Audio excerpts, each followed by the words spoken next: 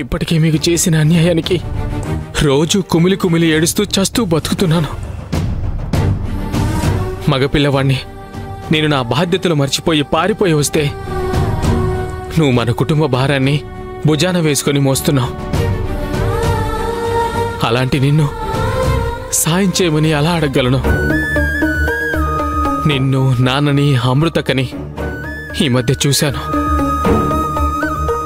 కానీ మీ ముందుకు రాలేకపోయాను.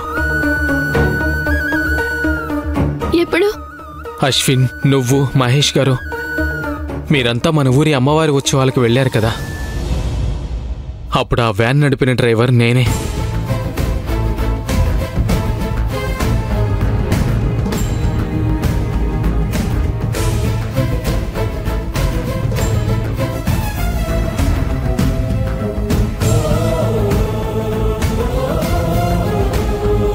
అన్న కొడుకు మీద మేం పెట్టుకున్న అతి నమ్మకమే మా ఈ పరిస్థితికి కారణం.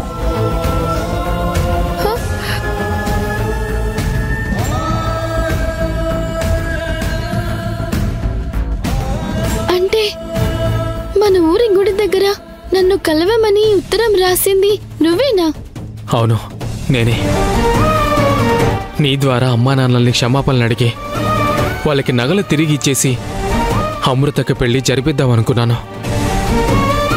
పంచాయతీలో నేనొచ్చి సాక్ష్యం చెప్తేనే మన కుటుంబం పరువు నిలబడుతుందనుకున్నప్పుడు ఆ అవసరం మాకు లేదు, నేరం నా నెత్తి మీద వేసుకుంటాను అని నాన్న మాటలు సూలాల్లా గుచ్చుకున్నాయి.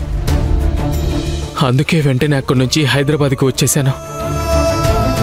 నన్ను ఎంతో గారాబంగా పెంచిన అమ్మా నాన్నల మనసు విరిగిపోయిందని నాకప్పుడే అర్థమైంది. ఇక జన్మలో నన్ను వాళ్ళు చేరదీయరని తెలిసిపోయింది. లేదన్నయ్య, మన ఊరికి వచ్చినప్పుడు నువ్వు ఒక్కసారి అమ్మా నాన్నలకి కనపడినా, లేదా నువ్వు ఇక్కడికి వచ్చాను అన్న విషయం వాళ్ళకి తెలిసినా నాన్న అలా మాట్లాడేవారు కాదు. వాళ్ళు నిన్ను చూస్తే నీ మీదున్న కోపం మొత్తం కరిగిపోతుంది. నాన్న అన్న మాటలు పెద్దగా పట్టించుకోవద్దు. నేను చేసిన ద్రోహానికి నాకదే శిక్ష. నాన్నన్న మాటల్లో తప్పేమీ లేదు. నేను గడప దాటి బయటకు వచ్చిన తర్వాతే కుటుంబం అంటే ఏంటి, ఎన్ని కష్టాలు పడాలి అనేది తెలుసుకున్నాను. నాకు ఆ జీవితంలో ఒకే ఒక ఆశ ఉంది. నేను చేసిన తప్పుల్ని క్షమించి అమ్మా నాన్న నన్ను దగ్గరికి తీసుకుంటే చాలు. నాది అత్యాశే, కానీ అలా జరగాలని మాత్రం మనస్ఫూర్తిగా కోరుకుంటున్నాను. అదే గనక జరిగితే జీవితంలో ఇంకెప్పుడు ఎవరికి ద్రోహం చేయను. అన్నయ్య, నీకు నేనున్నాను. అమ్మా నాన్నలకి అర్థమయ్యేలా చెప్పి వాళ్ళని ఒప్పించి నిన్ను మళ్ళీ ఇంటికి రప్పించే బాధ్యత నాదన్నయ్య. ఏ విధి అయితే మనల్ని విడదీసిందో అదే విధి తిరిగి మనల్ని ఒకటి చేస్తుంది అన్న నమ్మకం నాకుంది. కాలం, పరిస్థితులు ఎప్పుడూ ఒకేలా ఉండవు. మనుషులు మారుతారు, మనసులు కూడా మళ్ళీ ఒక్కటవుతాయి. మనం మళ్ళీ కలుస్తామో లేదో నువ్వే చూస్తావుగా. నేను కలిపి చూపిస్తానన్నయ్య. ఎందుకన్నయ్య బాధపడుతున్నావు?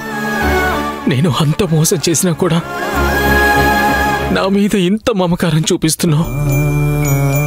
నా జీవితంలో నేను చేసుకున్న ఒకే ఒక్క పుణ్యం నీకు అన్నయ్యగా పుట్టడం. నా మీద కోపం అనేదే లేదా నీకు? ప్రేమని కోపం అనే మబ్బు శాశ్వతంగా మూసేయలేవు. ఇంకా ఎందుకన్నయ్య బాధపడుతున్నావు? నీకు తోడుగా నేనున్నాను కదా, సంతోషంగా ఉండు. నన్ను క్షమించానంది, నన్ను క్షమించు. ఏంటన్నయ్యా చిన్న పిల్లాడిలాగా? అంతా మన మంచికే జరిగింది అనుకో. బాధపడ్డా, ఇంకెప్పుడు బాధపడ్డానంది.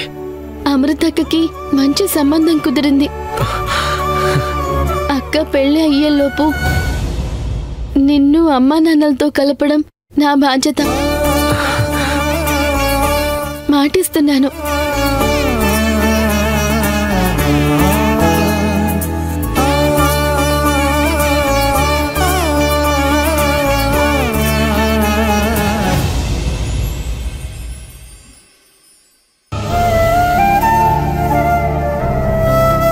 మ్యామ్. మహేష్, ఏంటి ఇంత పొద్దున్నే వచ్చావు? ఆనందితో ఇదివరకట్లాగా కాకుండా ఫ్రెండ్లీగా ఉండమని చెప్పారు కదా, అలాగే ఉంటున్నాను. ఇంకా చెప్పాలంటే చాలా ఫార్మల్గా మాట్లాడుతున్నాను. కానీ ఆనందితో అలా మాట్లాడుతుంటే నాకెందుకో తనతో క్లోజ్గా మాట్లాడుతున్నాను అన్న ఫీలింగ్ కలగట్లేదు. ఇదే కనుక కంటిన్యూ అయితే తను నా నుంచి దూరం అయిపోతుందేమోనని భయంగా ఉంది. దానికి మీరే ఏదో ఒకటి చేయాలి. ముందు నువ్వు కూర్చో, చెప్తాను, కూర్చో.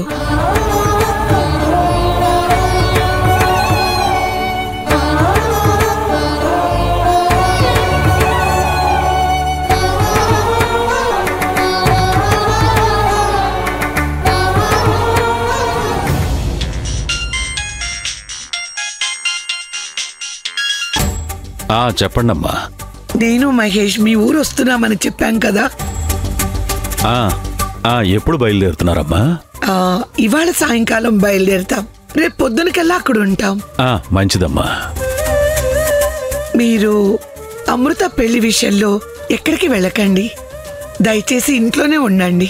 లేదమ్మా, నేను ఎక్కడికి వెళ్ళను, ఇంట్లోనే ఉంటాను. మీరు రండి, మీరు బయలుదేరండి. నేను ఇంతకు ముందు చెప్పినట్టు ఈ విషయం ఆనంద్కి తెలియనివ్వద్దు. లేదమ్మా, ఎవరికి తెలీదు. నేను ఇంతవరకు కూడా ఎవరికి చెప్పలేదు. సరే, ఉంటారండి. అలాగేనమ్మా, ఉంటాను.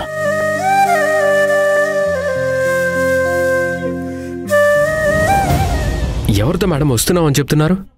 ఆనంది వాళ్ళ నాన్నగారికి. అంకుల్తోనా? అవును. మనం అక్కడికి వెళ్ళి నువ్వు ఆనందిని ప్రేమిస్తున్నానన్న విషయం, తనని పెళ్లి చేసుకోవాలనుకుంటున్నావన్న మాట ఆయనతో చెబుదాం.